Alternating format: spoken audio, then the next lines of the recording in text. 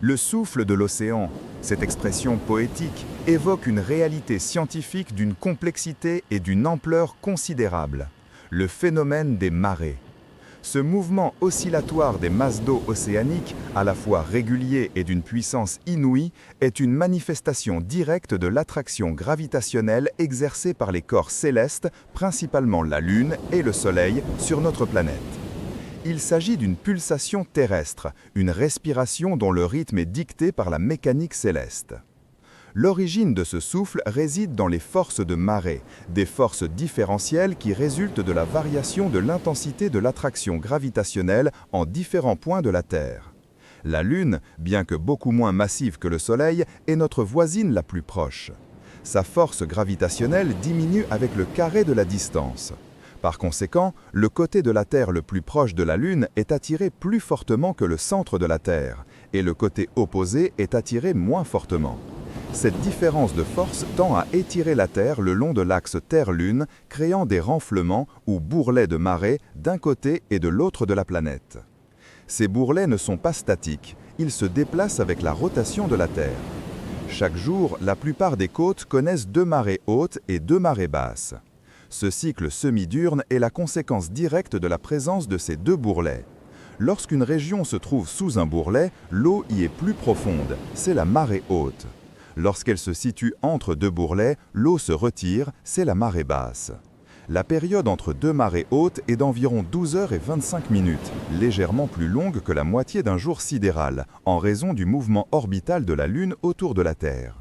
Le Soleil, malgré sa distance bien plus grande, exerce également une influence significative. Sa masse colossale génère une force de marée qui représente environ la moitié de celle de la Lune. Lorsque le Soleil, la Terre et la Lune sont alignés, lors des nouvelles lunes et des pleines lunes, leurs forces de marée s'additionnent. C'est le moment des marées de vives eaux, caractérisées par une amplitude maximale, avec des marées hautes particulièrement hautes et des marées basses particulièrement basses. Les forces gravitationnelles agissent alors en synergie, renforçant mutuellement leurs effets. A l'inverse, lorsque le Soleil et la Lune forment un angle droit par rapport à la Terre, c'est-à-dire lors des premiers et derniers quartiers de Lune, leurs forces de marée s'opposent partiellement. Les bourrelets lunaires et solaires se décalent, entraînant des marées de mortes eaux. L'amplitude des marées est alors minimale, avec des marées hautes moins hautes et des marées basses moins basses. La concurrence de ces forces se manifeste par un aplatissement relatif des bourrelets d'eau. Ces forces de marée ne se contentent pas d'affecter les océans. La Terre solide elle-même subit des déformations, bien que de manière moins perceptible. La croûte terrestre se soulève et s'abaisse de plusieurs dizaines de centimètres au gré des marées terrestres, un phénomène mesurable par des instruments de haute précision. L'atmosphère également est soumise à des marées atmosphériques, bien que leur impact soit relativement faible par rapport à celui sur les océans. La topographie des fonds marins et la géométrie des bassins océaniques jouent un rôle crucial dans la modulation des marées. Un océan idéal, de profondeur uniforme et sans continent, présenterait des marées régulières et prévisibles, dont l'amplitude serait uniforme. Cependant, la présence de continents entrave la libre propagation des ondes de marée. Ces ondes, générées par l'attraction gravitationnelle, se propagent à travers les océans comme des ondes de grande longueur d'onde. Elles sont réfléchies, réfractées et diffractées par les masses continentales et les fonds marins. Les bassins océaniques, par leur forme et leur profondeur, peuvent entrer en résonance avec les ondes de marée, amplifiant leur amplitude dans certaines régions et les atteignant dans d'autres. Les détroits et les baies étroites peuvent concentrer l'énergie des marées, menant à des amplitudes exceptionnelles. Le célèbre exemple de la baie de Fundy au Canada, avec ses marées parmi les plus hautes du monde, illustre parfaitement cet effet de résonance et de confinement. Dans cette baie en forme d'entonnoir, l'onde de marée entrante est piégée et amplifiée, atteignant des hauteurs de plus de 16 mètres. La profondeur de l'océan influence également la vitesse de propagation de l'onde de marée. Dans les eaux peu profondes, l'onde est ralentie, ce qui peut créer des retards significatifs dans l'arrivée des marées le long des côtes. L'énergie dissipée par la friction de l'eau sur le fond marin représente une part non négligeable de l'énergie totale du système Terre-Lune. Au-delà de la simple oscillation verticale, les marées génèrent des courants marins importants, appelés courants de marée. Ces courants, qui changent de direction et de vitesse au gré du cycle des marées, sont particulièrement puissants dans les détroits, les estuaires et les zones côtières. Ils sont capables de transporter de grandes quantités de sédiments, de modeler les fonds marins, d'influencer la distribution des espèces marines et de jouer un rôle crucial dans le mélange des masses d'eau. La navigation maritime, la pêche et l'ingénierie côtière doivent impérativement tenir compte de ces courants. Les navires doivent anticiper les courants portants ou contraires et les ouvrages d'art doivent être conçus pour résister à leurs forces. L'étude des marées ne se limite pas à sa description phénoménologique. La prédiction des marées est une science et une ingénierie d'une grande importance. Les éphémérides de marée, qui fournissent les heures et les hauteurs des marées hautes et basses pour des milliers de ports à travers le monde, sont le résultat de calculs complexes basés sur l'analyse harmonique. Cette méthode décompose la courbe de marée en une somme de constituants harmoniques, chacun correspondant à une fréquence astronomique spécifique, liée au mouvement de la Lune et du Soleil, mais aussi à leurs harmoniques supérieures. Chaque constituant, comme le constituant lunaire semi-diurne M2 ou le constituant solaire semi-diurne S2, a une amplitude et une phase déterminées qui caractérisent l'influence relative de chaque force de marée. Les modèles numériques de marée, qui résolvent les équations hydrodynamiques à l'échelle des bassins océaniques, complètent et affinent ces prédictions en intégrant la topographie des fonds marins, la bathymétrie et les effets de la force de Coriolis. Ces modèles permettent de simuler la propagation des ondes de marée et des courants de marée avec une précision remarquable. Ils sont essentiels pour la planification portuaire, la sécurité de la navigation, la gestion des risques côtiers et la conception des systèmes d'énergie marémotrice. L'énergie marémotrice, une forme d'énergie renouvelable, exploite précisément la puissance des courants de marée. Des usines marémotrices, comme celle de la Rance en France, fonctionnent en piégeant l'eau de mer à marée haute et en la libérant à marée basse à travers des turbines. D'autres technologies, telles que les hydroliennes, transforment directement l'énergie cinétique des courants de marée en électricité sans nécessité de barrages s'apparentant à des éoliennes sous-marines. Ces technologies représentent un potentiel énergétique significatif, bien que leur développement se heurte à des défis environnementaux et techniques. Le phénomène des marées a également des implications géophysiques à l'échelle planétaire. La dissipation d'énergie du frottement des marées ralentit très légèrement la rotation de la Terre. En contrepartie, par conservation du moment cinétique, la Lune s'éloigne progressivement de la Terre à raison d'environ 3,8 cm par an. Cet effet a été mis en évidence par des observations astronomiques et des mesures laser de la distance Terre-Lune. L'analyse des sédiments anciens et des fossiles de coraux a révélé que les jours terrestres étaient plus courts et les mois lunaires plus courts il y a des centaines de millions d'années, confirmant cette évolution à long terme. Sur le plan biologique, les marées façonnent de manière spectaculaire les écosystèmes côtiers, en particulier l'estran, la zone intertidale qui est alternativement immergée et exposée à l'air libre. Les organismes qui vivent dans cette zone doivent développer des adaptations physiologiques et comportementales remarquables pour faire face aux variations extrêmes de salinité, de température, d'humidité et d'exposition aux prédateurs. Les crabes qui s'enfouissent dans le sable, les moules qui se referment hermétiquement ou les algues qui tolèrent la dessèchement sont autant d'exemples de cette résilience biologique. La biodiversité de l'estran est exceptionnellement riche, témoignant de la puissance sélective de ce cycle environnemental. Les estuaires, ces zones de rencontre entre l'eau douce des rivières et l'eau salée de la mer, sont particulièrement influencés par les marées.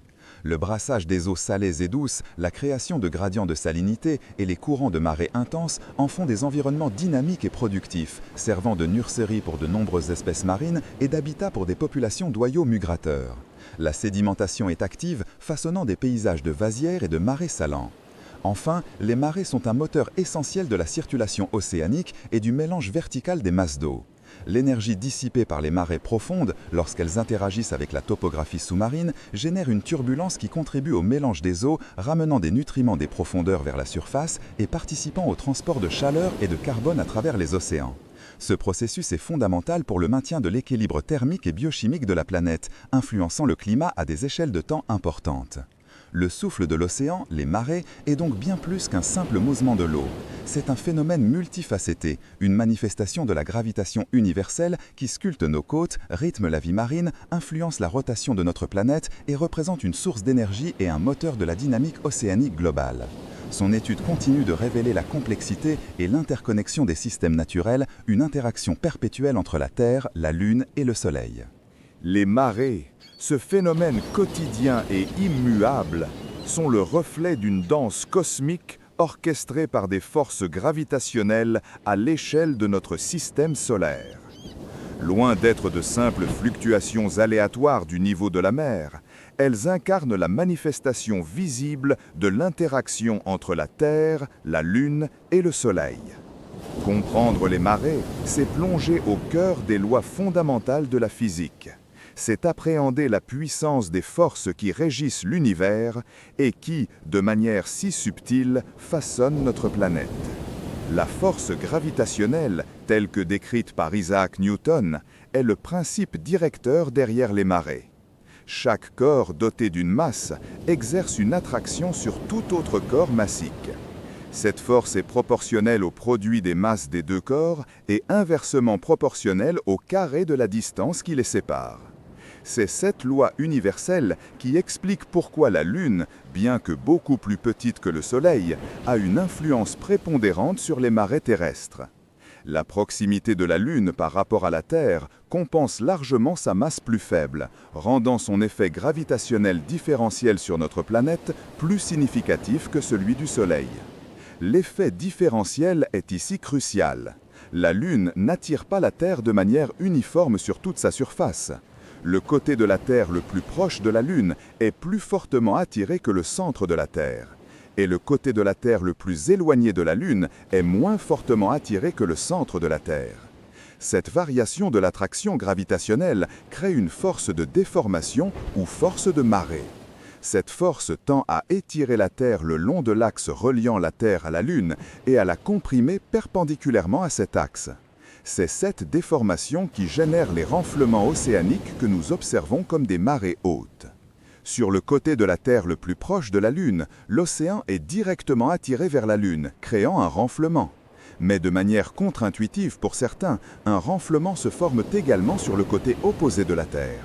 Sur ce côté éloigné, la Terre elle-même est plus fortement attirée vers la Lune que l'eau de l'océan située à sa surface. L'eau a donc tendance à prendre du retard par rapport au mouvement de la Terre vers la Lune, créant ainsi un autre renflement. En conséquence, il y a généralement 2 marées hautes et 2 marées basses par jour lunaire qui durent environ 24 heures et 50 minutes. Cette période de 24 heures et 50 minutes n'est pas le fruit du hasard. Elle correspond au temps qu'il faut à un point donné sur la Terre pour revenir à la même position par rapport à la Lune. Pendant que la Terre tourne sur son axe, la Lune se déplace également sur son orbite autour de la Terre. Ainsi, la Terre doit tourner un peu plus que 360 degrés pour que la Lune revienne à la même position relative. Cette légère différence explique le décalage quotidien de l'heure des marées. Le Soleil, malgré sa masse colossale, est beaucoup plus éloigné de la Terre que la Lune. Son influence gravitationnelle sur la Terre est environ la moitié de celle de la Lune pour ce qui est des marées. Cependant, l'alignement du Soleil avec la Terre et la Lune est un facteur déterminant dans l'amplitude des marées. Lorsque le Soleil, la Terre et la Lune sont alignés, c'est-à-dire lors des nouvelles lunes et des pleines lunes, leurs forces de marée s'additionnent. Ce phénomène provoque des marées d'amplitude maximale, appelées marées de Vivo. Les marées hautes sont alors particulièrement hautes et les marées basses particulièrement basses. A l'inverse, lorsque le Soleil et la Lune sont en quadrature, c'est-à-dire que leurs positions forment un angle de 90 degrés par rapport à la Terre, lors des premiers et derniers quartiers de Lune, leurs forces de marée s'opposent partiellement. Les marées du Soleil et de la Lune agissent alors dans des directions différentes, ce qui réduit l'amplitude totale des marées. On parle alors de marées de Morteau. Les différences entre les marées hautes et basses sont alors minimales. Il est important de noter que ces descriptions concernent les forces de marée génératrices. La réalité des marées observées est bien plus complexe en raison de la géographie des bassins océaniques, de la topographie des fonds marins et de la force de Coriolis due à la rotation de la Terre. Les continents agissent comme des barrières perturbant la propagation des ondes de marée. Les profondeurs variables des océans, les côtes découpées, les détroits et les baies peuvent amplifier ou amortir considérablement les marées. La force de Coriolis, par exemple, dévie les courants de marée, les faisant tourner dans l'hémisphère nord et dans le sens inverse dans l'hémisphère sud. Cela conduit à la formation de systèmes amphidromiques, des points dans les océans où l'amplitude des marées est nulle. Autour de ces points, l'onde de marée tourne, créant des motifs complexes de marée. La résonance est un autre facteur fondamental. Si la période propre d'oscillation d'un bassin océanique est proche de la période de la force de marée, l'amplitude des marées peut être considérablement augmentée. C'est le cas par exemple dans la baie de Fundy au Canada, où l'on observe les plus grandes marées du monde, atteignant parfois plus de 16 mètres. La forme en entonnoir de la baie, combinée à sa longueur et à sa profondeur, crée des conditions de résonance exceptionnelles. Les marées ne sont pas uniquement un phénomène océanique. La Terre elle-même subit des marées solides, bien que leur amplitude soit beaucoup plus faible. La croûte terrestre se soulève et s'abaisse de plusieurs dizaines de centimètres sous l'influence gravitationnelle de la Lune et du Soleil. Ces marées terrestres ont des implications pour la géodésie, la sismologie et la compréhension des processus tectoniques. L'atmosphère terrestre est également sujette à des marées atmosphériques. Ces marées, bien de faibles amplitudes, influencent la pression atmosphérique et les vents, contribuant à la dynamique globale de l'atmosphère. Elles sont plus prononcées dans les couches supérieures de l'atmosphère. Le système Terre-Lune est intrinsèquement lié par les forces de marée. Ces forces n'ont seulement un impact sur notre planète, mais elles influencent également la dynamique orbitale de la Lune et la rotation de la Terre. La Lune exerce une force de marée sur la Terre, et la Terre, à son tour, exerce une force de marée sur la Lune. Les forces de marée terrestres sur la Lune ont eu des conséquences profondes. C'est en grande partie à cause de ces forces que la Lune est en rotation synchrone avec la Terre, ce qui signifie qu'elle présente toujours la même face à notre planète. La Terre a ralenti la rotation de la Lune jusqu'à ce que sa période de rotation corresponde à sa période de révolution. Ce processus est appelé verrouillage tidal. De même, la Lune exerce une force de marée sur la Terre qui ralentit progressivement la rotation de notre planète. Ce ralentissement est minime, de l'ordre de quelques millisecondes par siècle, mais il est cumulatif sur des échelles de temps géologiques. Les jours terrestres étaient autrefois beaucoup plus courtes et le nombre de jours par an était plus élevé. Les coraux fossiles, par exemple, ont permis de reconstituer l'évolution de la durée du jour au cours des millions d'années. Ce ralentissement de la rotation de la Terre est associé à un transfert d'énergie angulaire du système Terre-Lune. L'énergie angulaire perdue par la Terre est transférée à la Lune, ce qui a pour effet d'éloigner progressivement la Lune de la Terre. La Lune s'écarte de notre planète d'environ 3,8 cm par an. Cette observation est corroborée par des mesures précises effectuées à l'aide de réflecteurs laser déposés sur la Lune lors des missions Apollo. L'étude des marées a des applications pratiques significatives. La prédiction des marées est essentielle pour la navigation maritime, la planification des opérations portuaires, la construction d'infrastructures côtières et la gestion des écosystèmes estuariens. La force de Coriolis, par exemple, dévie les courants de marée, les faisant tourner dans l'hémisphère nord et dans le sens inverse dans l'hémisphère sud. Cela conduit à la formation de systèmes amphidromiques, des points dans les océans où l'amplitude des marées est nulle. Autour de ces points, l'onde de marée tourne, créant des motifs complexes de marée. La résonance est un autre facteur fondamental. Si la période propre d'oscillation d'un bassin océanique est proche de la période de la force de marée, l'amplitude des marées peut être considérablement augmentée. C'est le cas par exemple dans la baie de Fundy au Canada, où l'on observe les plus grandes marées du monde, atteignant parfois plus de 16 mètres. La forme en entonnoir de la baie, combinée à sa longueur et à sa profondeur, crée des conditions de résonance exceptionnelles. Les marées ne sont pas uniquement un phénomène océanique. La Terre elle-même subit des marées solides, bien que leur amplitude soit beaucoup plus faible. La croûte terrestre se soulève et s'abaisse de plusieurs dizaines de centimètres sous l'influence gravitationnelle de la Lune et du Soleil. Ces marées terrestres ont des implications pour la géodésie, la sismologie et la compréhension des processus tectoniques. L'atmosphère terrestre est également sujette à des marées atmosphériques. Ces marées, bien de faibles amplitudes, influencent la pression atmosphérique et les vents, contribuant à la dynamique globale de l'atmosphère. Elles sont plus prononcées dans les couches supérieures de l'atmosphère. Le système Terre-Lune est intrinsèquement lié par les forces de marée. Ces forces ont non seulement un impact sur notre planète, mais elles influencent également la dynamique orbitale de la Lune et la rotation de la Terre. La Lune exerce une force de marée sur la Terre, et la Terre, à son tour, exerce une force de marée sur la Lune. Les forces de marée terrestres sur la Lune ont eu des conséquences profondes. C'est en grande partie à cause de ces forces que la Lune est en rotation synchrone avec la Terre, ce qui signifie qu'elle présente toujours la même face à notre planète. La Terre a ralenti la rotation de la Lune jusqu'à ce que sa période de rotation corresponde à sa période de révolution. Ce processus est appelé verrouillage tidal. De même, la Lune exerce une force de marée sur la Terre qui ralentit progressivement la rotation de notre planète. Ce ralentissement est minime, de l'ordre de quelques millisecondes par siècle, mais il est cumulatif sur des échelles de temps géologiques.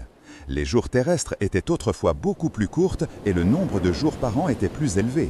Les coraux fossiles, par exemple, ont permis de reconstituer l'évolution de la durée du jour au cours des millions d'années.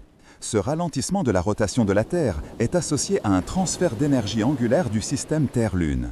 L'énergie angulaire perdue par la Terre est transférée à la Lune, ce qui a pour effet d'éloigner progressivement la Lune de la Terre. La Lune s'écarte de notre planète d'environ 3,8 cm par an. Cette observation est corroborée par des mesures précises effectuées à l'aide de réflecteurs laser déposés sur la Lune lors des missions Apollo. L'étude des marées a des applications pratiques significatives. La prédiction des marées est essentielle pour la navigation maritime, la planification des opérations portuaires, la construction d'infrastructures côtières et la gestion des écosystèmes estuariens. La danse des astres, un ballet cosmique d'une majesté et d'une précision insondables, est le moteur invisible qui régit l'une des manifestations les plus quotidiennes et pourtant les plus profondes de notre planète, les marées. Ce phénomène, observable sur toutes les côtes et dans les océans, est une preuve tangible de l'interconnexion gravitationnelle qui unit les corps célestes et la Terre. Il révèle une symphonie mécanique où chaque acteur joue un rôle essentiel, depuis les géantes gazeuses lointaines jusqu'aux grains de sable des plages. L'explication fondamentale de la marée réside dans la loi universelle de la gravitation de Newton. Cette loi stipule que deux corps s'attirent mutuellement avec une force proportionnelle au produit de leur masse et inversement proportionnelle au carré de la distance qui les sépare. Appliquée à notre système Terre-Lune-Soleil, cette loi nous permet de comprendre pourquoi l'eau des océans est soumise à des forces variant selon sa position relative par rapport à ses astres. Considérons d'abord l'influence prépondérante de la Lune. Bien que sa masse soit considérablement inférieure à celle du Soleil, sa proximité avec la Terre lui confère une influence gravitationnelle différentielle plus importante. La face de la Terre la plus proche de la Lune subit une attraction lunaire plus forte que le centre de la Terre. Cette attraction tire l'eau vers la Lune, créant ainsi une protubérance ou un bourrelet d'eau, c'est la marée haute directe. Simultanément, la face de la Terre la plus éloignée de la Lune est moins attirée par celle-ci que le centre de la Terre. Le centre de la Terre est donc tiré plus fort vers la Lune que l'eau de cette face opposée, laissant l'eau de ce côté-là en arrière, créant ainsi un second bourrelet d'eau, c'est la marée haute indirecte ou opposée. Entre ces deux bourrelets, la surface de l'eau est rabaissée, formant les marées basses. La Terre effectue une rotation sur son axe en environ 24 heures. Au cours de cette rotation, chaque point de la surface terrestre traverse successivement ces deux bourrelets et ces deux dépressions. C'est pourquoi, en un lieu donné, il y a généralement 2 marées hautes et 2 marées basses par jour lunaire, qui durent environ 24 heures et 50 minutes. Le décalage de 50 minutes chaque jour s'explique par le mouvement orbital de la Lune autour de la Terre. Pendant que la Terre tourne, la Lune avance elle aussi sur son orbite, de sorte que la Terre doit effectuer une rotation supplémentaire pour que la Lune revienne à la même position relative. Le Soleil, malgré sa masse colossale, est beaucoup plus éloigné de la Terre que la Lune. Son influence gravitationnelle sur les marées est donc moindre, mais non négligeable. Lorsque le Soleil, la Terre et la Lune sont alignés, c'est-à-dire lors des nouvelles lunes et des pleines lunes, leurs forces d'attraction s'additionnent. Les bourrelets de marée créés par le Soleil et la Lune se superposent, produisant des marées d'amplitude maximale, appelées marées de vives eaux. Ces marées sont caractérisées par des coefficients de marée élevés, des marées hautes très hautes et des marées basses très basses. En revanche, lorsque le Soleil, la Terre et la Lune forment un angle droit, c'est-à-dire lors des premiers et derniers quartiers de Lune, leurs forces d'attraction s'opposent partiellement.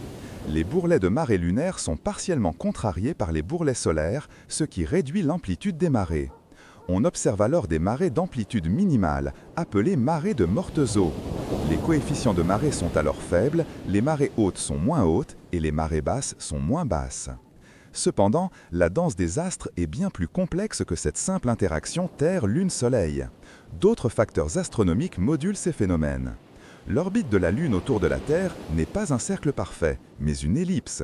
Lorsque la Lune est au périgée, son point le plus proche de la Terre, son attraction gravitationnelle est plus forte, entraînant des marées plus fortes. Inversement, à l'apogée, son point le plus éloigné, son influence est moindre et les marées sont moins intenses. De même, l'orbite de la Terre autour du Soleil est également elliptique. Lorsque la Terre est au périlier, son point le plus proche du Soleil, l'influence solaire est accrue, tandis qu'à l'aphélie, elle est diminuée. L'inclinaison de l'orbite lunaire par rapport à l'équateur terrestre introduit également des variations. Lorsque la Lune est à son élongation maximale nord ou sud par rapport à l'équateur, on observe des marées diurnes, c'est-à-dire une seule marée haute et une seule marée basse significative par jour. A l'inverse, lorsque la Lune est proche de l'équateur, les marées sont semi-diurnes, avec les 2 marées hautes et les 2 marées basses habituelles. Ce phénomène est dû à la géométrie de la projection des forces de marée sur la surface terrestre en rotation. Au-delà de ces considérations gravitationnelles directes, la géographie des bassins océaniques joue un rôle prépondérant dans l'expression locale des marées. La forme des côtes, la profondeur des fonds marins, la présence d'îles ou de détroits, tous ces éléments modifient la propagation des ondes de marée. Ces ondes, générées par l'attraction gravitationnelle des astres, ne se propagent pas instantanément. Elles sont des ondes longues, caractérisées par une longueur d'onde très grande par rapport à la profondeur de l'océan. Leur vitesse de propagation dépend de la profondeur, selon la formule racine carrée de g fois h, où g est l'accélération de la pesanteur et h la profondeur. Ainsi, l'onde de marée met du temps à circuler dans les océans, à être réfléchie par les continents et à s'amortir par frottement. Par exemple, l'onde de marée générée dans l'Atlantique Nord met plusieurs heures à atteindre les côtes européennes après son passage par le large. Dans certains bassins océaniques, les ondes de marée peuvent entrer en résonance, amplifiant considérablement leur amplitude. La baie de Fundy au Canada en est un exemple emblématique, où des marées de près de 16 mètres sont observées, le bassin ayant une forme et une profondeur qui coïncident avec la période de l'onde de marée. D'autres facteurs, comme les détroits et les estuaires, peuvent canaliser les ondes, les compressant et augmentant ainsi leur hauteur. Les courants de marée, qui sont les mouvements horizontaux d'eau associés aux marées montantes et descendantes, sont une autre manifestation de cette danse astrale. Ces courants peuvent être extrêmement puissants, en particulier dans les passages étroits et les estuaires, où l'eau est forcée de s'écouler à travers des espaces restreints. Leur intensité et leur direction varient au cours du cycle de marée, pouvant passer de l'étale de pleine mer à l'étale de basse mer, en changeant de sens. Ces courants sont essentiels pour le transport des sédiments, la dispersion des larves marines et la régulation des écosystèmes côtiers. Ils représentent également un défi pour la navigation et une ressource potentielle pour la production d'énergie marémotrice. L'étude des marées n'est pas qu'une simple curiosité scientifique, elle revêt une importance capitale pour de nombreuses activités humaines. Pour la navigation, la connaissance précise des heures et des hauteurs de marée est indispensable pour l'entrée et la sortie des ports, le mouillage des navires et la sécurité en mer, notamment dans les zones à fort marnage ou à courants intenses. Les pêcheurs, qu'ils soient côtiers ou hauturiers, ajustent leurs activités en fonction des marées, sachant que de nombreuses espèces marines sont influencées par le mouvement des eaux. La conchiliculture, l'élevage des huîtres et des moules, dépend entièrement du rythme des marées pour l'alimentation et la protection des mollusques. L'ingénierie côtière, la construction de digues, de jetées, de ports et de protection contre l'érosion marine nécessite une compréhension profonde des forces et des niveaux d'eau associés aux marées. La prédiction des niveaux d'eau extrêmes, en combinaison avec les ondes de tempête, est cruciale pour la gestion des risques côtiers et la planification urbaine dans les zones littorales. Enfin, les marées ont un impact sur des phénomènes bien plus vastes. Elles sont l'un des mécanismes par lesquels l'énergie de rotation de la Terre est dissipée. Les frottements de l'eau sur les fonds marins et les côtes ralentissent très légèrement la rotation de la Terre, allongeant la durée du jour de quelques microsecondes par an. En retour, par conservation du moment cinétique, la Lune s'éloigne très lentement de la Terre à raison de quelques centimètres par an. Cette danse subtile et incessante entre la Terre et la Lune a façonné leur histoire mutuelle sur milliards d'années. La marée est un témoignage permanent de la mécanique céleste en action. Elle est une horloge cosmique dont le tic-tac est la montée et la descente des eaux. Ce mouvement perpétuel, observable partout où la Terre rencontre l'océan, nous rappelle que notre planète n'est pas une entité isolée, mais un maillon intrinsèque d'un système stellaire plus vaste où chaque corps influence l'autre dans une danse gravitationnelle éternelle. La simplicité de son observation cache une complexité physique et dynamique qui continue de fasciner les scientifiques et d'inspirer ceux qui contemplent la mer. Les marées, manifestations palpables et quotidiennes de forces cosmiques, sont le reflet d'un ballet gravitationnel orchestré par la Terre, la Lune et, dans une moindre mesure, le Soleil.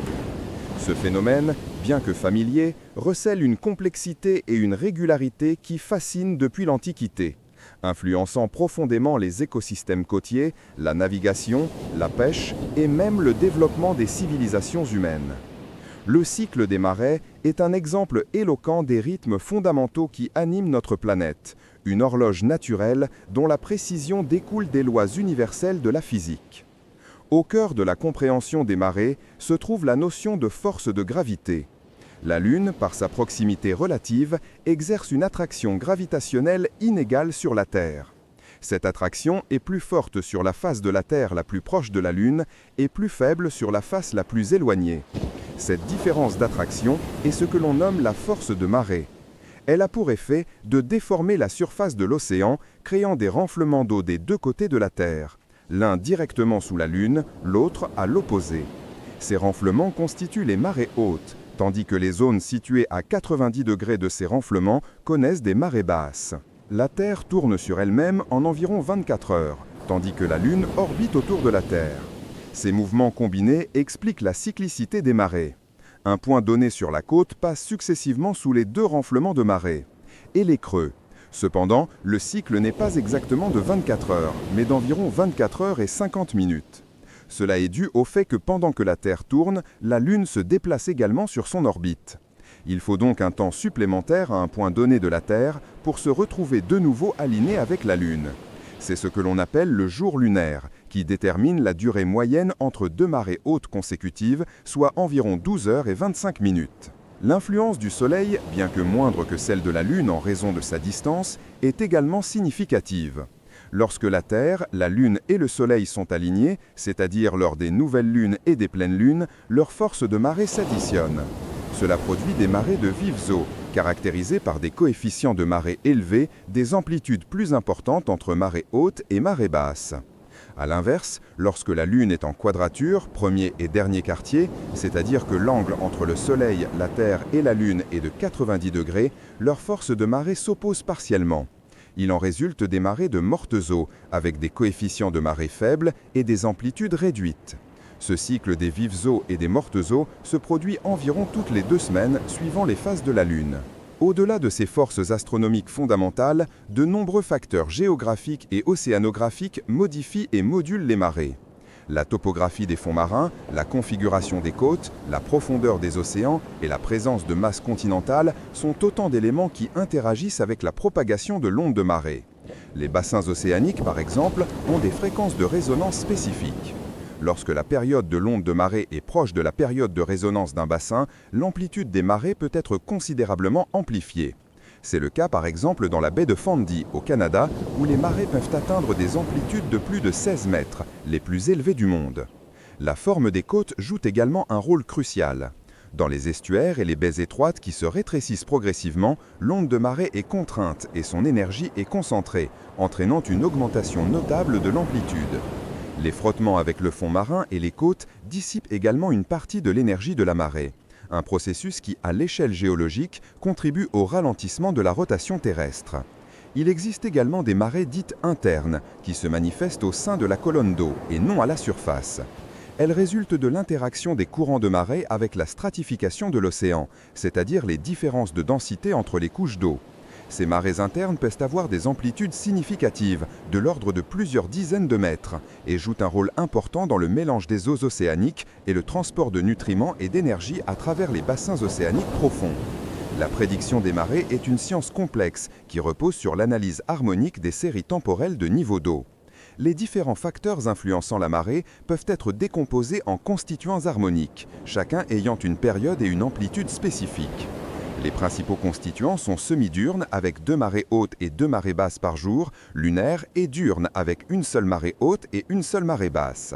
La combinaison de ces constituants, dont la Lune est le moteur principal pour le M2 constituant lunaire semi-diurne et le O1 constituant lunaire diurne, et le Soleil pour le S2 constituant solaire semi-diurne et le K1 constituant lunisolaire diurne, permet de prédire avec une grande précision les hauteurs d'eau futures.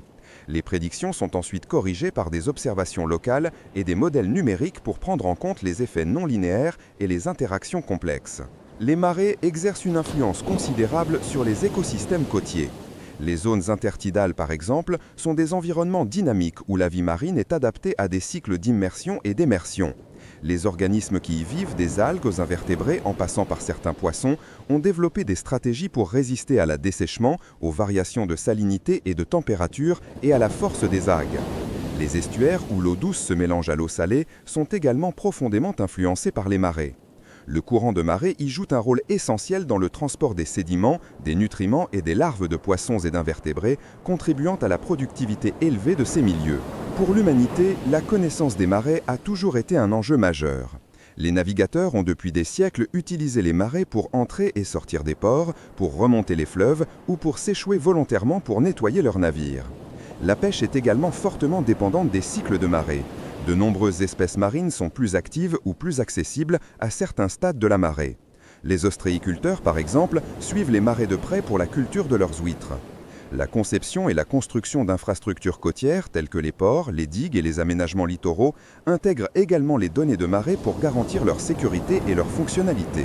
L'énergie marémotrice, exploitant le mouvement des masses d'eau lors des cycles de marée, représente une source d'énergie renouvelable prometteuse. Les centrales marémotrices, comme celle de la Rance en France, fonctionnent en retenant l'eau à marée haute dans un bassin, puis en la libérant à marée basse à travers des turbines. Bien que le potentiel soit important, ces projets sont souvent coûteux et ont un impact environnemental non négligeable sur les écosystèmes estuairiens. À une échelle géologique, les marées ont des effets cumulatifs considérables. Les forces de marée dissipent de l'énergie, principalement par les frottements du courant sur les fonds marins. Cette dissipation a pour conséquence de ralentir très légèrement la rotation de la Terre et d'éloigner progressivement la Lune de la Terre. Ces processus, bien que lents, sont mesurables et attestent de l'interconnexion dynamique des corps célestes. Le jour terrestre était plus court dans le passé géologique et la Lune était plus proche de la Terre.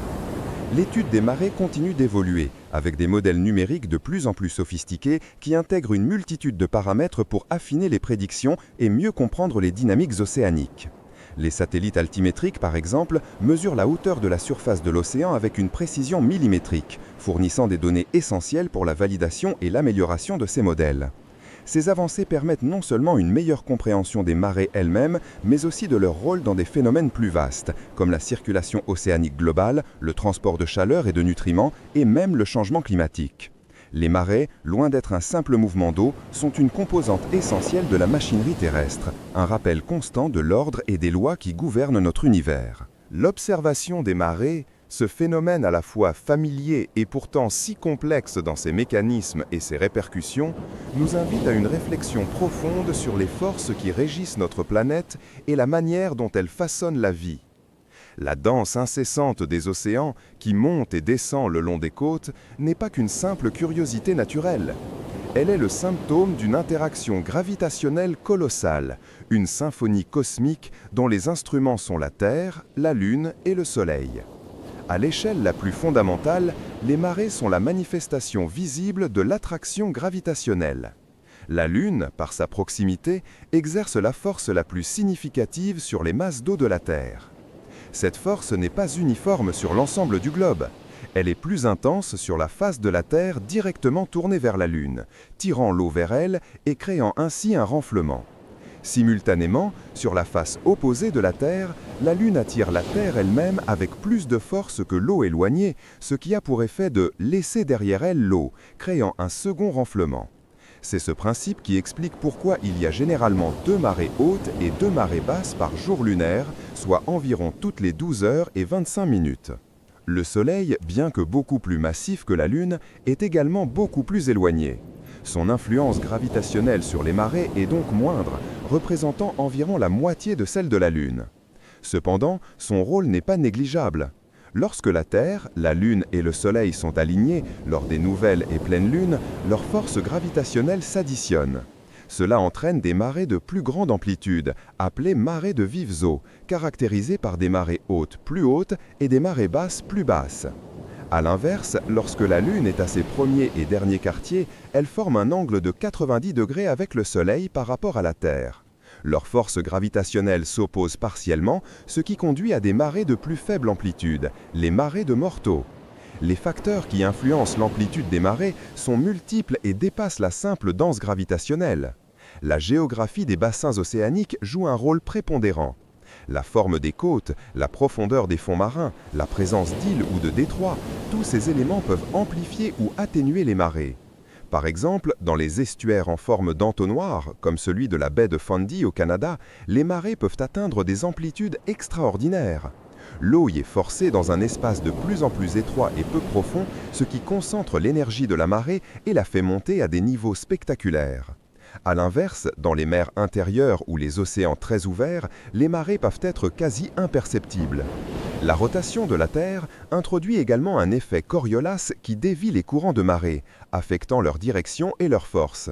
Les courants de marée, ces mouvements horizontaux de l'eau liés à l'élévation et à l'abaissement des niveaux, sont d'une importance capitale pour la vie marine et pour les activités humaines. Ils transportent nutriments, organismes et sédiments, jouant un rôle essentiel dans la distribution de la vie et le modelage des paysages sous-marins et côtiers. L'étude des marées n'est pas seulement une question de physique céleste et océanographie, elle a des implications directes sur la vie, de l'échelle microscopique à l'échelle écosystémique. Les zones intertidales, ces étendues de terre situées entre les niveaux de marée haute et basse, sont parmi les écosystèmes les plus dynamiques et les plus exigeants de la planète.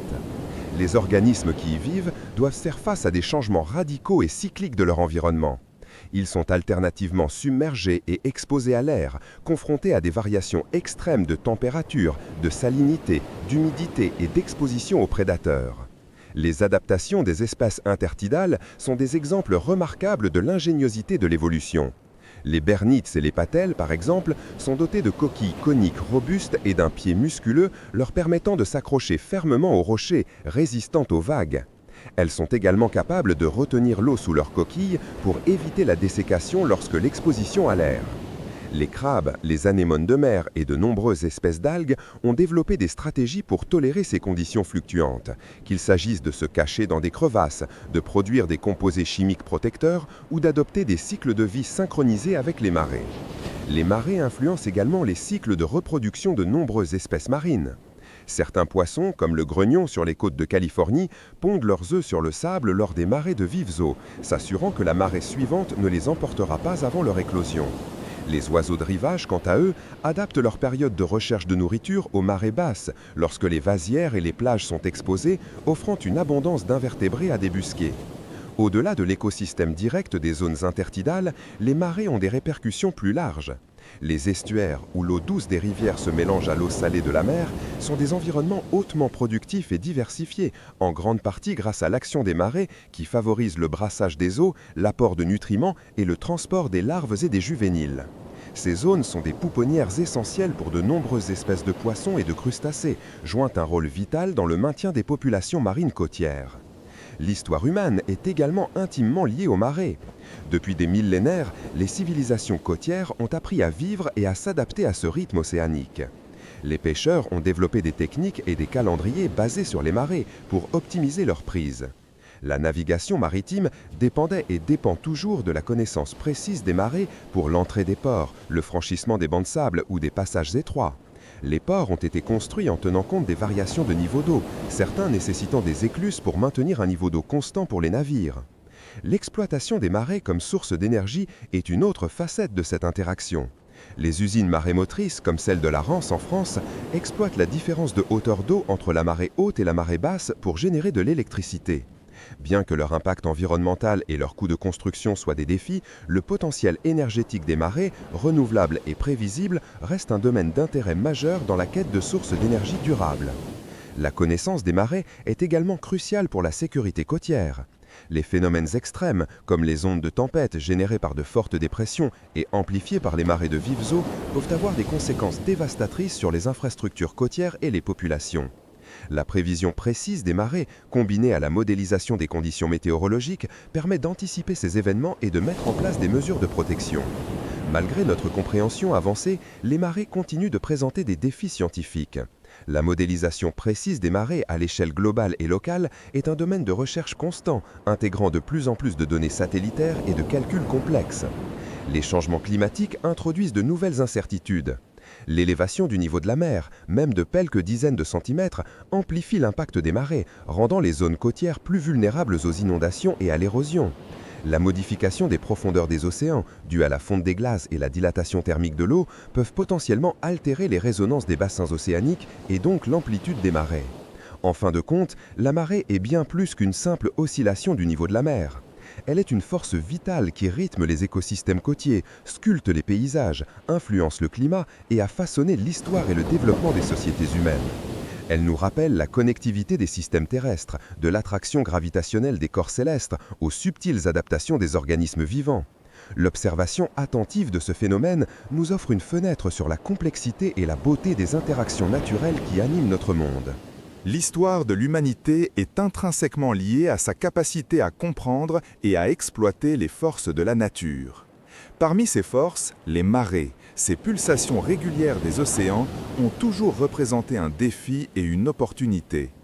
Leur nature cyclique, leur puissance manifeste ont stimulé l'ingéniosité humaine à travers les âges, conduisant à des développements techniques et scientifiques remarquables. Dès l'Antiquité, des civilisations côtières ont observé les marées et ont commencé à en tirer parti. Les premières formes d'exploitation étaient souvent passives, voire accidentelles. La construction de ports et d'abris devait tenir compte de la variabilité du niveau de la mer. Les pêcheurs apprenaient à anticiper les courants et les hauteurs d'eau pour optimiser leur prise. Cette observation empirique a jeté les bases d'une compréhension plus profonde.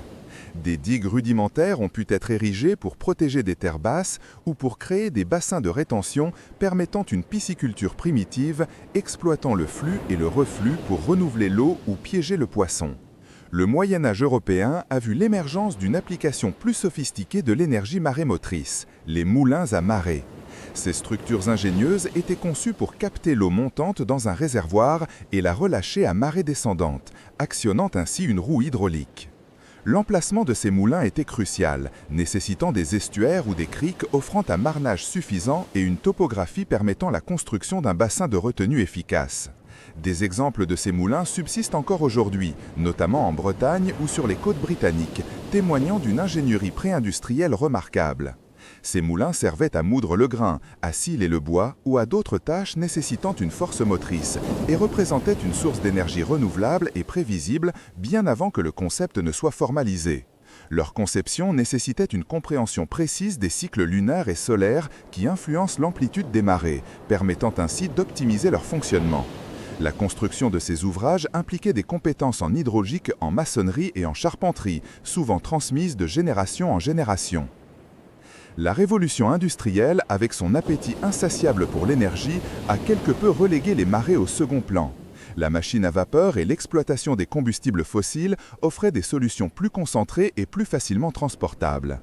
Cependant, l'idée d'exploiter la puissance des océans n'a jamais été complètement abandonnée.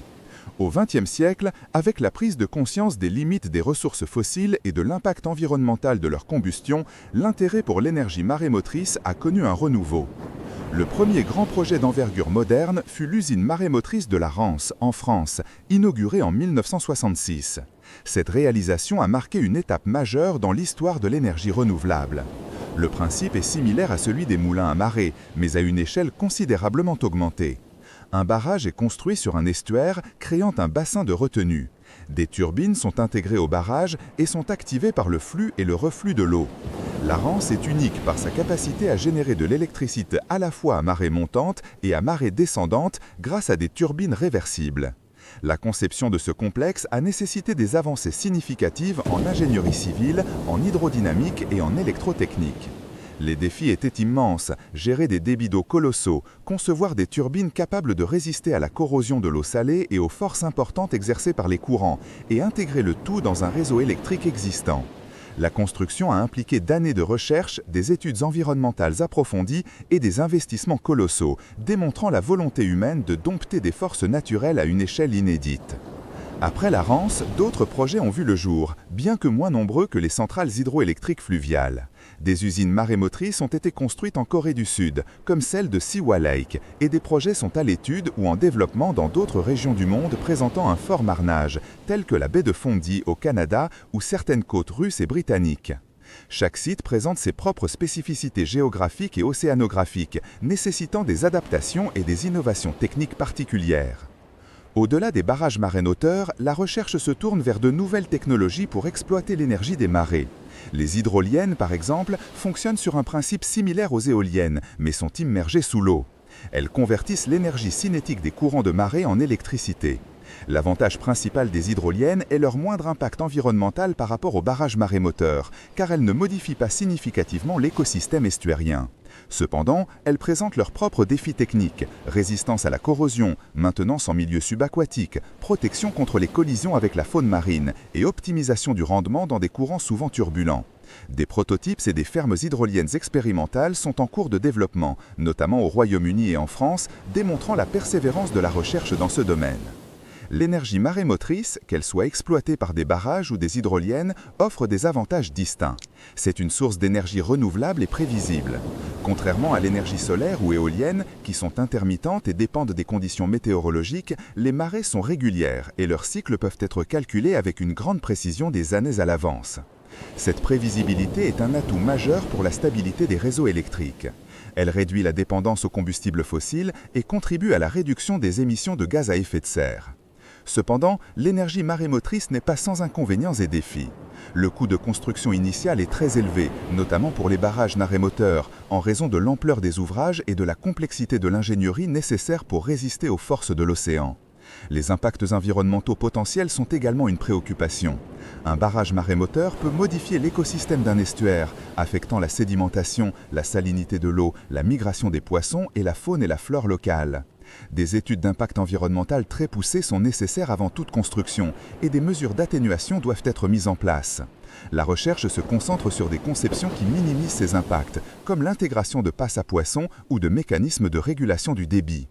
L'ingéniosité humaine face aux marées ne se limite pas à la production d'énergie.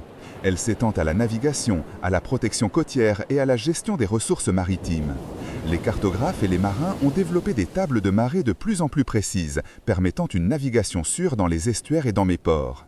Les ingénieurs côtières ont conçu des digues, des écluses et des systèmes de drainage pour protéger les zones habitées des inondations et pour récupérer des terres sur la mer, comme le montrent les polders hollandais ou les estuaires aménagés.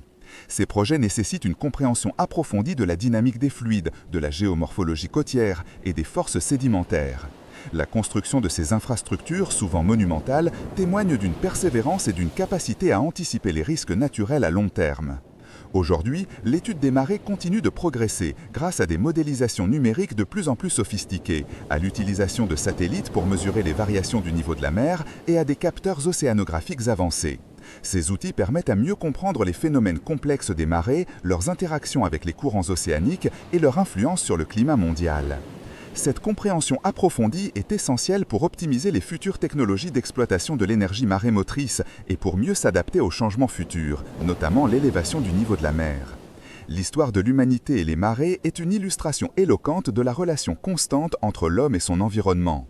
Des premières observations empiriques, aux barrages marémoteurs complexes et aux hydroliennes de nouvelle génération, chaque étape a représenté un saut dans l'ingéniosité et la maîtrise technique.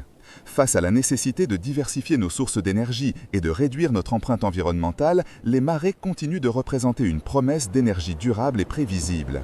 La recherche et le développement se poursuivent, repoussant les limites de ce qui est techniquement et économiquement réalisable, afin de mieux exploiter cette force naturelle, régulière et renouvelable offerte par les océans.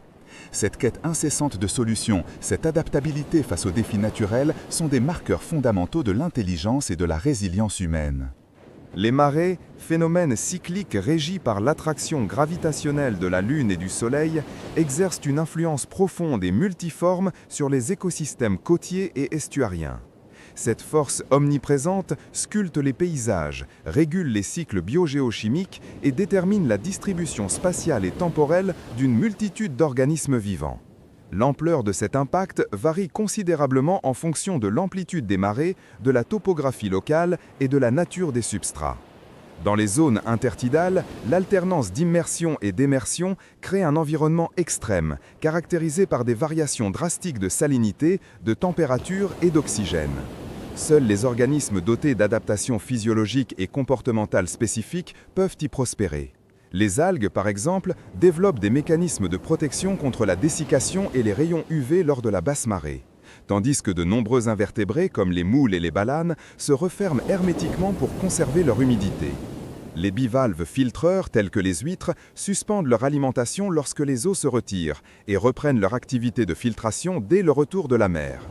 Les crabes et autres décapodes s'enfouissent dans le sable ou la vase pour échapper à la prédation et aux contraintes environnementales. Les variations de salinité induites par l'apport d'eau douce des rivières lors de la marée descendante et l'intrusion d'eau salée à marée montante sont particulièrement prononcées dans les estuaires. Ces gradients salins définissent des zones de tolérance pour différentes espèces.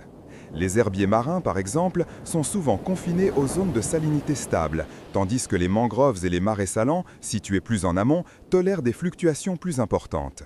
Les poissons estuariens présentent des adaptations osmorégulatoires complexes pour faire face à ces variations, allant de l'ajustement de la concentration de soluté dans leurs cellules à des migrations saisonnières entre des eaux de salinité différentes.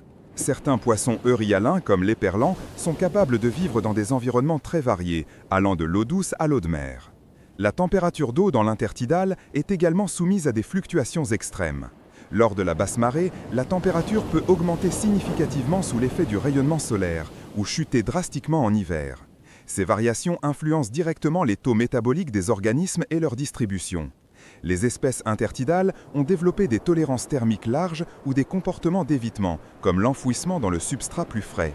Les littorines, ces petits escargots marins, remontent et descendent le long des rochers au gré des marées, cherchant des zones plus humides ou plus fraîches.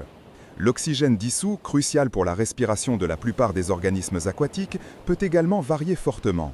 Dans les sédiments anoxiques des vasières, de nombreuses bactéries anaérobies prospèrent, jouant un rôle essentiel dans les cycles biogéochimiques, notamment celui du soufre et de l'azote. Les animaux fouisseurs, comme les vers polychètes, contribuent à l'oxygénation des sédiments par leur galerie et leur bioturbation. Au-delà des contraintes physiologiques, les marées sont un moteur essentiel des flux de matière et d'énergie dans les écosystèmes côtiers. Elles transportent les nutriments, les sédiments et les larves d'organismes marins sur de vastes distances. Les courants de marée jouent un rôle crucial dans la dispersion des propagules et le recrutement de nouvelles populations. Les phytoplanctons et zooplanctons, base des réseaux trophiques marins, sont transportés et mélangés par ces courants, ce qui favorise leur répartition et leur croissance. Les estuaires, zones de rencontre entre les eaux douces fluviales et les eaux salées marines, sont des écosystèmes particulièrement dynamiques et productifs, directement façonnés par l'action des marées. Les marais salants, les mangroves et les herbiers marins y forment des habitats complexes et interdépendants. Les marais salants, par exemple, sont des zones inondées régulièrement par la marée où une végétation halophyte, tolérante au sel, se développe. Ils servent de nourrisserie pour de nombreuses espèces de poissons et de crustacés et de zones de repos et d'alimentation pour les oiseaux migrateurs. Les racines des plantes de mangrove, quant à elles, stabilisent les sédiments, protègent les côtes de l'érosion et créent un habitat riche pour une faune diverse incluant des crabes, des mollusques et de jeunes poissons. Les marais influencent également la dynamique des populations de poissons. De nombreuses espèces utilisent les estuaires comme zone de reproduction, de nurserie ou de migration. Les juvéniles, protégés des prédateurs en pleine mer et bénéficiant d'une abondance de nourriture, profitent des courants de marée pour se déplacer et se développer. Le hareng, par exemple, utilise les zones estuariennes pour frayer, et ses œufs sont déposés sur des substrats protégés par l'action des vagues et des courants. La présence et l'absence d'eau affectent directement le comportement alimentaire de nombreuses espèces. Les oiseaux limicoles, par exemple, se nourrissent activement sur les vasières découvertes à marée basse, exploitant les invertébrés enfouis dans les sédiments. Leurs becs, de formes et de longueurs variées, sont adaptés à la recherche de différentes proies à différentes profondeurs. Le bécasseau variable, avec son bec court et trapu, se nourrit en surface, tandis que le courlis cendré, avec son long bec courbé, explore les profondeurs du sédiment.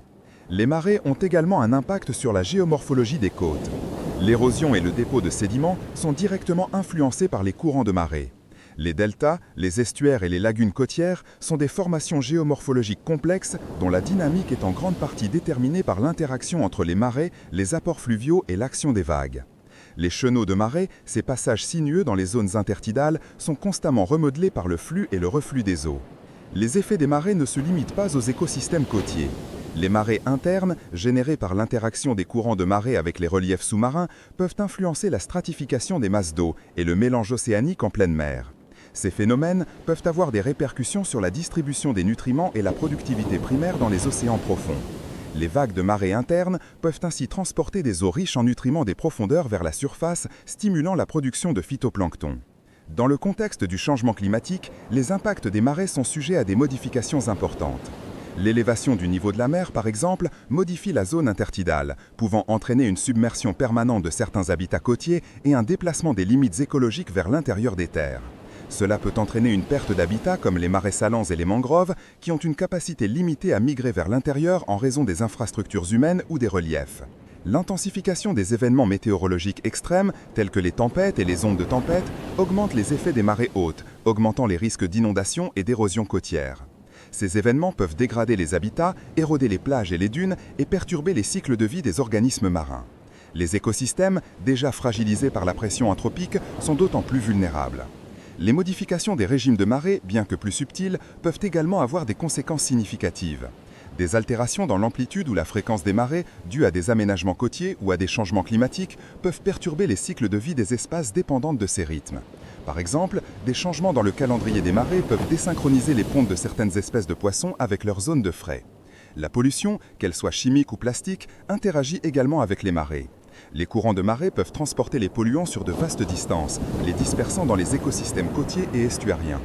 Les sédiments contaminés, déposés par la marée, peuvent constituer des réservoirs de polluants à long terme, affectant la faune benthique et remontant la chaîne alimentaire. Les microplastiques, particulièrement insidieux, sont transportés par les marées et s'accumulent dans les sédiments et les tissus des organismes. La gestion des zones côtières doit impérativement prendre en compte la complexité des interactions entre les marées et les écosystèmes. Les approches de conservation et de restauration doivent intégrer une compréhension approfondie de la dynamique des marées pour être efficaces. La restauration des marais salants, par exemple, nécessite une connaissance précise des niveaux de marée et des apports d'eau douce pour assurer la croissance des espèces végétales adaptées. En conclusion, les marées sont bien plus qu'un simple mouvement des eaux. Elles sont une force fondamentale qui façonne les écosystèmes côtiers, déterminant leur structure, leur fonctionnement et leur biodiversité. Comprendre leur impact est essentiel pour anticiper les défis futurs et élaborer des stratégies de gestion et de conservation efficaces face aux pressions anthropiques et aux changements climatiques. La complexité de ces interactions souligne la nécessité d'une approche holistique pour la protection des environnements marins et côtiers. Le défi du changement climatique représente l'un des enjeux les plus complexes et les plus profonds auxquels l'humanité ait été confrontée. Il ne s'agit pas d'un phénomène singulier ou d'une perturbation isolée, mais d'une cascade d'altérations systémiques touchant l'ensemble des processus naturels de la planète et, par extension, les sociétés humaines. La compréhension de ce défi exige une approche multidisciplinaire, intégrant la climatologie, l'océanographie, la glaciologie, l'écologie, l'économie, la sociologie et la science politique. Les fondements scientifiques du changement climatique sont établis depuis des décennies. Le concept de l'effet de serre, formulé dès le XIXe siècle, décrit comment certains gaz présents dans l'atmosphère terrestre retiennent une partie de la chaleur émise par la surface de la Terre, maintenant ainsi une température propice à la vie. Sans cet effet de serre naturel, la température moyenne de la planète serait considérablement plus basse, rendant la vie telle que nous la connaissons impossible. Cependant, l'augmentation des concentrations de ces gaz, principalement le dioxyde de carbone, CO2, le méthane, CH4 et le protoxyde d'azote, N2O, dû aux activités humaines depuis le début de l'ère industrielle, a intensifié cet effet de serre, entraînant un réchauffement global. Les sources anthropiques de ces émissions sont multiples. La combustion des énergies fossiles, charbon, pétrole et gaz naturel, pour la production d'électricité, le transport, l'industrie et le chauffage, représentent la principale contribution. La déforestation, en particulier la destruction des forêts tropicales, libère le carbone stocké dans la biomasse et réduit la capacité naturelle de la planète à absorber le CO2 atmosphérique. L'agriculture intensive, par l'élevage du bétail, émissions de méthane, et l'utilisation d'engrais azotés, émissions de protoxyde d'azote, contribuent également de manière significative. Les processus industriels, la gestion des déchets et d'autres activités humaines complètent ce tableau. Les sources anthropiques de ces émissions sont multiples. La combustion des énergies fossiles, charbon, pétrole et gaz naturel, pour la production d'électricité, le transport, l'industrie et le chauffage représentent la principale contribution. La déforestation, en particulier la destruction des forêts tropicales, libère le carbone stocké dans la biomasse et réduit la capacité naturelle de la planète à absorber le CO2 atmosphérique. L'agriculture intensive, par l'élevage du bétail, émissions de méthane, et l'utilisation d'engrais azotés, émissions de protoxyde d'azote, contribuent également de manière significative. Les processus industriels, la gestion des déchets et d'autres activités humaines complètent ce tableau. Les preuves du réchauffement climatique sont désormais omniprésentes et corroborées par des milliers d'études scientifiques indépendantes. La température moyenne mondiale de l'air à la surface a augmenté d'environ 1,1 degré Celsius depuis l'époque pré-industrielle. Cette augmentation n'est pas uniforme, certaines régions se réchauffant plus rapidement que d'autres, notamment les régions arctiques. Les calottes glaciaires du Groenland et de l'Antarctique fondent à un rythme accéléré, contribuant à l'élévation du niveau de la mer. Les glaciers de montagne reculent dans le monde entier. l'étendue et l'épaisseur de la banquise arctique diminuent, atteignant des records de faible niveau durant les mois d'été. Les océans, régulateurs climatiques majeurs, absorbent une grande partie de l'excès de chaleur et de dioxyde de carbone. Cependant, cette absorption a des conséquences. L'acidification des océans est un processus direct de l'absorption accrue de CO2 qui réagit avec l'eau pour former de l'acide carbonique, réduisant ainsi le pH de l'eau de mer. Cette acidification menace les organismes marins à coquilles et à squelettes calcaires, tels que les coraux, les mollusques et certains planctons, constituant la base de nombreuses chaînes alimentaires marines. Le réchauffement des eaux océaniques contribue également à l'expansion thermique de l'eau, ce qui, combiné à la fonte des glaces terrestres, entraîne une élévation du niveau de la mer. Les impacts du changement climatique sont déjà observables et se manifestent sous diverses formes. La fréquence et l'intensité des événements météorologiques augmentent. Les vagues de chaleur sont plus longues et plus intenses, comme en témoignent les étés records enregistrés dans de nombreuses régions du monde. Les sécheresses s'intensifient dans certaines zones, affectant l'agriculture, la disponibilité de l'eau douce et augmentant les risques d'incendies de forêt. A l'inverse, d'autres régions connaissent des précipitations plus intenses et des inondations, car une atmosphère plus chaude peut contenir plus d'humidité. Les tempêtes tropicales et les cyclones pourraient devenir plus puissants en raison de l'augmentation des températures de surface de la mer. Les écosystèmes sont particulièrement vulnérables. De nombreuses espèces végétales et animales sont contraintes de migrer vers des latitudes ou des altitudes plus élevées pour trouver des conditions climatiques adaptées. Celles qui ne peuvent pas s'adapter ou migrer assez rapidement sont menacées d'extinction. Les récifs coralliens subissent des épisodes de blanchissement massif et répétés en raison du réchauffement des eaux et de l'acidification, menaçant des écosystèmes d'une biodiversité exceptionnelle. Les forêts sont affectées par les sécheresses, les incendies et les attaques d'insectes ravageurs favorisés par des hivers plus doux. Sur le plan humain, les conséquences sont également multiples. La sécurité alimentaire est menacée par les changements de rendement des cultures. L'accès à l'eau douce est compromis dans de nombreuses régions. La santé humaine est affectée par les vagues de chaleur, la propagation de maladies vectorielles comme le paludisme ou la dengue dans de nouvelles zones géographiques et l'augmentation des allergies liées à des saisons polliniques plus longues. Les déplacements de population, qu'ils soient internes ou transfrontaliers, sont une conséquence potentielle de l'élévation du niveau de la mer, de la désertification ou de l'intensification des catastrophes naturelles, créant des défis humanitaires et géopolitiques complexes. Les projections futures, basées sur des modèles climatiques sophistiqués, indiquent que ces tendances se poursuivront et s'intensifieront si les émissions de gaz à effet de serre ne sont pas drastiquement réduites. Les scénarios les plus optimistes, qui supposent une action climatique forte et immédiate, visent à limiter le réchauffement bien en dessous de 2 degrés Celsius par rapport au niveau pré-industriel, voire à 1,5 degré Celsius, conformément aux objectifs de l'accord de Paris.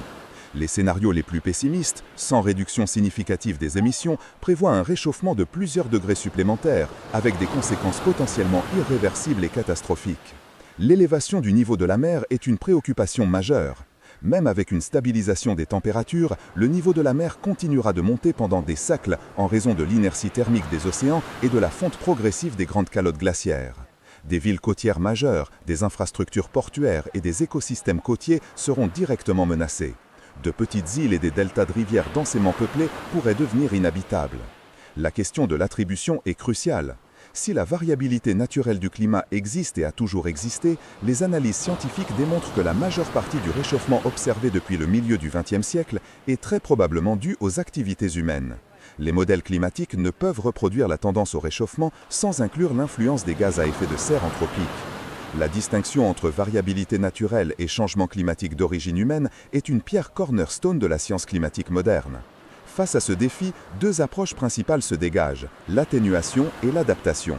L'atténuation vise à réduire les émissions de gaz à effet de serre et à améliorer les puits de carbone afin de limiter l'ampleur du réchauffement futur.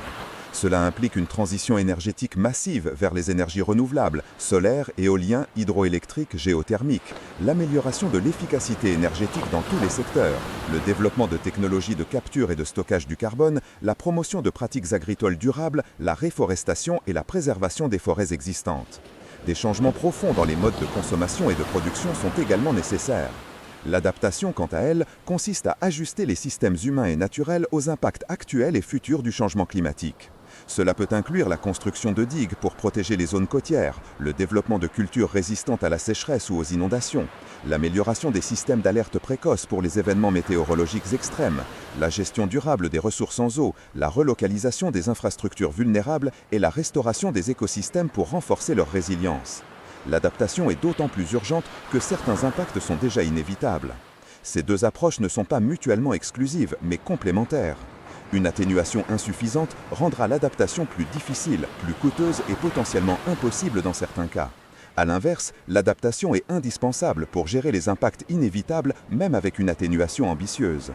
Le défi du changement climatique est également un défi de gouvernance mondiale. Notre pays ne peut résoudre ce problème seul.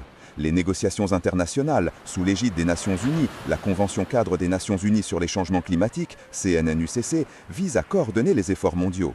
L'accord de Paris, adopté en 2015, représente un jalon important, engageant presque tous les pays du monde à fixer et à poursuivre des objectifs de réduction des émissions, bien que la mise en œuvre et l'ambition de ces objectifs restent des sujets de débat et de renforcement. La justice climatique est une dimension essentielle de ce défi. Les pays en développement, qui ont historiquement contribué le moins aux émissions de gaz à effet de serre, sont souvent les plus vulnérables aux impacts du changement climatique et disposent de ressources limitées pour s'y adapter. La question du financement climatique, c'est-à-dire l'aide des pays développés aux pays en développement pour l'atténuation et l'adaptation, est donc un élément central des négociations internationales. Il existe également des considérations de justice intergénérationnelle, où les décisions prises aujourd'hui auront des répercussions significatives sur les générations futures. Le rôle de la technologie est ambivalent. D'une part, l'innovation technologique est cruciale pour le développement de solutions bas carbone et d'outils d'adaptation. D'autre part, la dépendance excessive à des solutions technologiques futures, sans remise en question des modes de vie actuels, pourrait retarder l'action et augmenter les risques.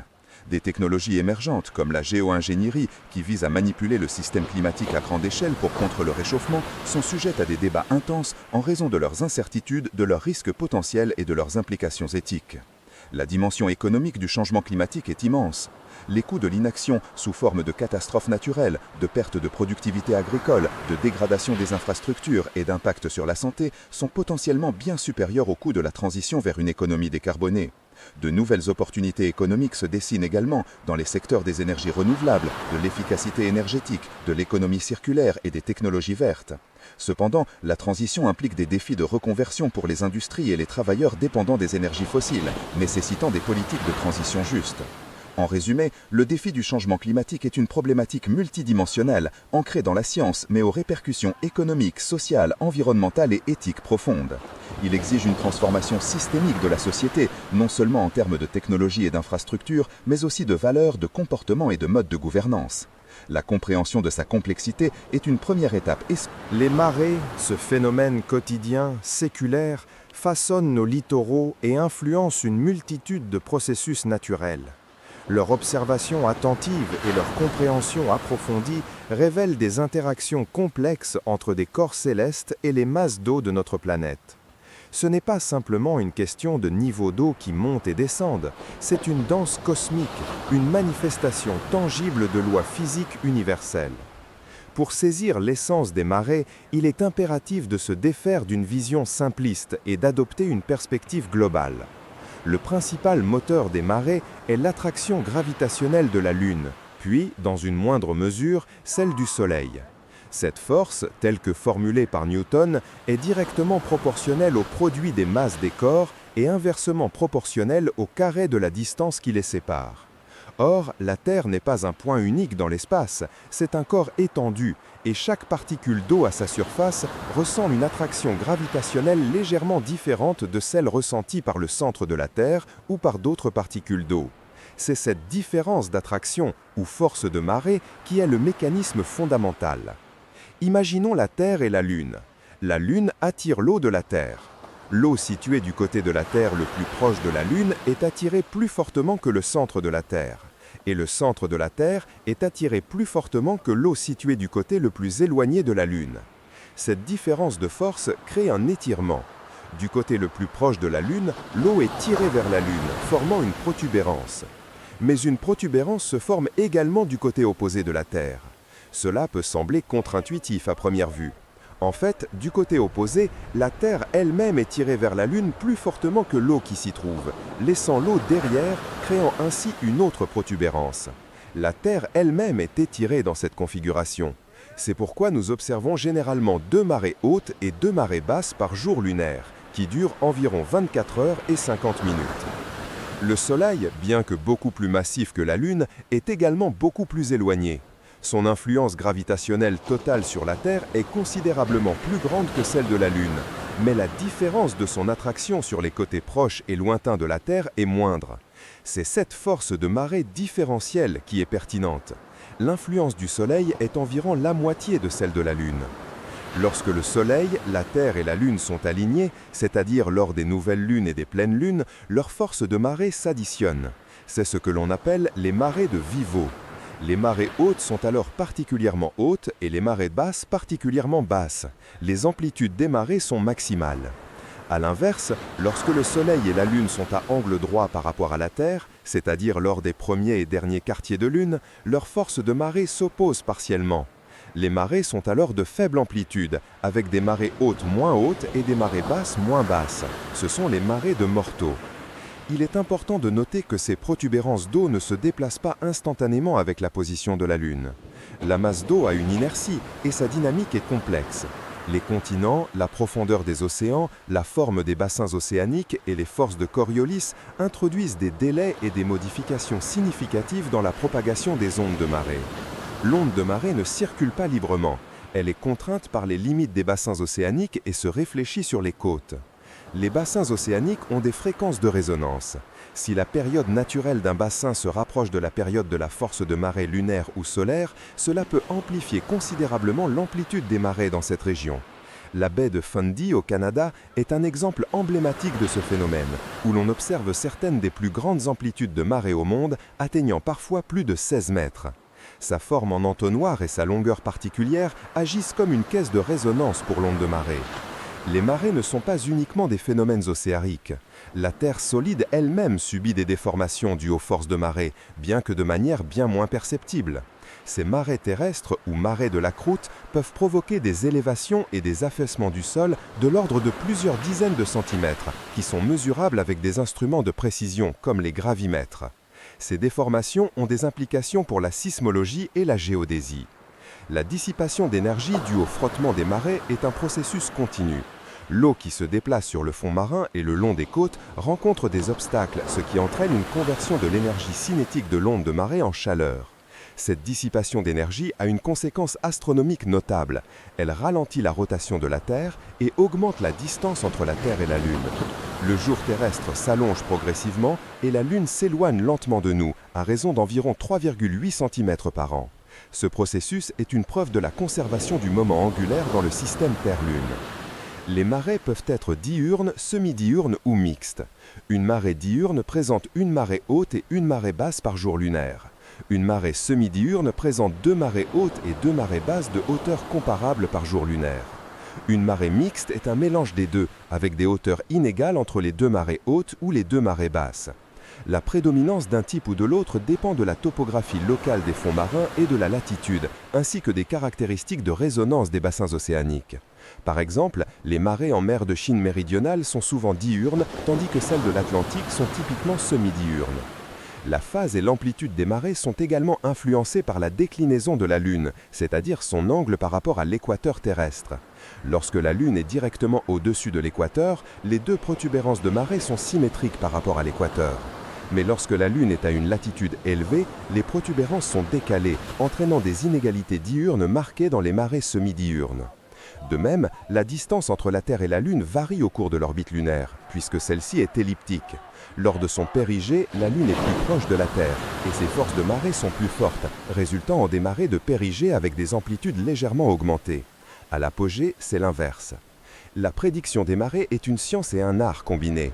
Elle repose sur l'analyse harmonique qui décompose la courbe de marée observée en une somme de composantes sinusoïdales de différentes fréquences. Chacune de ces composantes, appelées constituants de marée, correspond à un aspect particulier de la danse entre la Terre, la Lune et le Soleil. Les principaux constituants sont M2, marée semi-diurne lunaire, S2, marée semi-diurne solaire, K1, marée diurne luno-solaire et O1, marée diurne lunaire. Des centaines d'autres constituants mineurs peuvent être pris en compte pour affiner la prédiction. Ces prédictions sont cruciales pour la navigation maritime, la pêche, la construction côtière et la gestion des écosystèmes estuariens. L'étude des marées ne se limite pas à la Terre.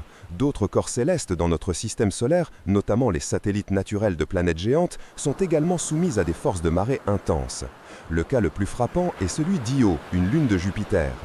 Les forces de marée de Jupiter déforment Io de manière si significative qu'elle génère une chaleur interne suffisante pour rendre son activité volcanique extrêmement intense, en faisant le corps le plus géologiquement actif du système solaire.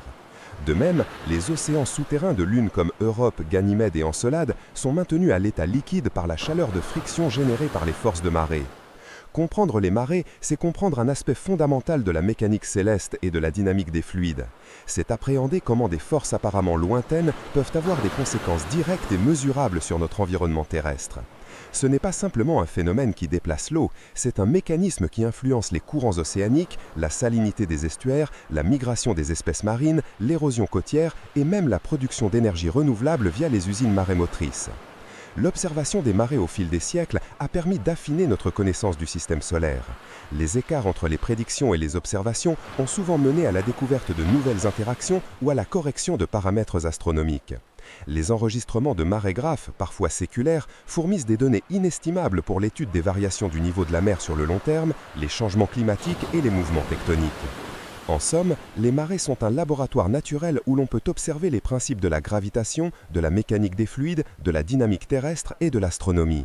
Elles sont une preuve éloquente de l'interconnexion de l'univers, depuis les mouvements des étoiles jusqu'aux vagues qui se brisent sur nos côtes. La simple observation du va-et-vient de l'océan révèle une complexité et une beauté qui dépassent l'entendement superficiel, invitant à une exploration scientifique toujours plus profonde. Les marées, ces mouvements cycliques et incessants des océans, sont une manifestation palpable de forces cosmiques. Elles incarnent une danse gravitationnelle complexe, orchestrée principalement par la Lune et, dans une moindre mesure, par le Soleil. Cette interaction gravitationnelle, variant en intensité selon la distance et la masse des corps célestes, déforme subtilement la Terre, engendrant une protubérance d'eau sur les côtés directement face à la Lune et sur le côté opposé. Ces protubérances sont les marées hautes, tandis que les zones intermédiaires subissent des marées basses. L'amplitude des marées n'est pas uniforme. Elle est modulée par de nombreux facteurs géophysiques, tels que la bathymétrie, la forme des côtes, la configuration des bassins océaniques et même la force de Coriolis. Des baies et estuaires étroits peuvent amplifier considérablement le phénomène, créant des marnages impressionnants, comme ceux observés dans la baie de Fundy, où la différence entre marée haute et marée basse peut atteindre plus de 15 mètres. A l'inverse, dans les mers intérieures ou semi-fermées, les marées sont souvent faibles, voire imperceptibles. Historiquement, les marées ont façonné les civilisations côtières. Elles ont dicté les rythmes de la pêche, du commerce maritime et même de l'architecture portuaire. Les marées ont été utilisées pour la production d'énergie, comme en témoigne l'usine marémotrice de la Rance, inaugurée en France en 1966, qui exploite le flux et le reflux de l'eau pour générer de l'électricité. Ce type d'énergie renouvelable, bien que prometteur, reste contraint par des coûts d'installation élevés et des impacts environnementaux potentiels sur les écosystèmes estuairiens. Au-delà de leur impact direct sur les activités humaines, les marées jouent un rôle crucial dans les écosystèmes marins. Elles transportent les nutriments, favorisent le mélange des eaux et influencent la distribution des espèces. Les zones intertidales, alternativement immergées et émergées, abritent une biodiversité unique adaptée à ces conditions extrêmes. Les organismes qui y vivent ont développé des stratégies remarquables pour survivre à la dessiccation, aux variations de salinité et aux chocs mécaniques des vagues.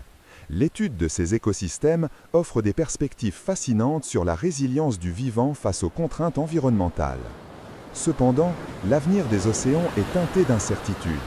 Les changements climatiques d'origine anthropique altèrent profondément les dynamiques océaniques. L'élévation du niveau de la mer, résultant de la dilatation thermique de l'eau et de la fonte des glaces polaires et des glaciers, est une des conséquences les plus tangibles. Cette élévation ne se manifeste pas uniformément à l'échelle mondiale. Elle est influencée par des facteurs régionaux tels que l'affaissement ou le soulèvement des terres, les courants océaniques et la variabilité du champ gravitationnel terrestre. Les prévisions actuelles suggèrent une augmentation significative du niveau marin d'ici la fin du siècle, avec des implications majeures pour les populations côtières et les écosystèmes. L'acidification des océans est une autre préoccupation majeure. La dissolution du dioxyde de carbone atmosphérique dans l'eau de mer entraîne une diminution du pH de l'océan. Ce phénomène a des conséquences directes sur les organismes marins à coquilles ou à squelettes calcaires, tels que les coraux, les mollusques et certaines espèces de plancton. L'acidification compromet leur capacité à former et maintenir leur structure, menaçant ainsi la base de nombreuses chaînes alimentaires marines. Les récifs coralliens, des écosystèmes d'une biodiversité exceptionnelle, sont particulièrement vulnérables. Leur dégradation aurait des répercussions écologiques et socio-économiques considérables. Le réchauffement des océans, quant à lui, affecte les courants marins, la répartition des espèces et la fréquence des événements météorologiques extrêmes. Des températures plus élevées peuvent entraîner le blanchissement des coraux, la migration de poissons vers des eaux plus froides et une intensification des tempêtes tropicales. Ces changements perturbent les équilibres écologiques établis et peuvent avoir des effets en cascade sur la productivité des pêcheries et la sécurité alimentaire des populations dépendantes des ressources marines. Les vagues de chaleur marine, des épisodes de température anormalement élevées dans l'océan, deviennent plus fréquentes et plus intenses, causant des mortalités massives d'organismes marins et des perturbations profondes des écosystèmes. La pollution marine, sous ses multiples formes, reste également une menace persistante. Les plastiques, en particulier les microplastiques, sont omniprésents dans tous les compartiments océaniques, des eaux de surface aux sédiments profonds. Ils sont ingérés par une multitude d'organismes marins, provoquant des blessures, des blocages digestifs et l'accumulation de substances toxiques. Les substances chimiques telles que les pesticides, les produits pharmaceutiques et les métaux lourds sont également déversés dans l'océan, contaminant les écosystèmes et s'accumulant dans la chaîne alimentaire avec des risques pour la santé humaine. Les déversements d'hydrocarbures, bien que moins fréquents qu'autrefois, continuent de causer des dommages dévastateurs aux habitats côtiers et à la faune marine. La surpêche est un problème mondial qui épuise les stocks de poissons et dégrade la structure des écosystèmes marins. De nombreuses espèces commerciales sont pêchées au-delà de leur capacité de renouvellement, menaçant la viabilité des populations et la biodiversité marine. Les techniques de pêche non sélectives, telles que le chalutage de fond, détruisent les habitats benthiques et capturent des espèces non ciblées, aggravant l'impact sur l'environnement. La gestion des pêches, lorsqu'elle est mise en œuvre de manière efficace, peut contribuer à la reconstitution des stocks et à la préservation des écosystèmes. Mais des efforts supplémentaires sont nécessaires pour lutter contre la pêche illégale, non déclarée et non réglementée. Face à ces défis, la conservation des océans est devenue une priorité mondiale. Des aires marines protégées sont établies pour préserver les habitats critiques et les espèces menacées. La restauration des écosystèmes côtiers, tels que les mangroves, les herbiers marins et les récifs coralliens, est entreprise pour renforcer leur résilience et les services qu'ils rendent. La recherche scientifique continue d'approfondir notre compréhension des processus océaniques et des impacts des activités humaines. Les technologies innovantes sont développées pour surveiller l'océan, détecter la pollution et modéliser les changements futurs. L'économie bleue, qui promet une utilisation durable des ressources marines, est également un concept en développement.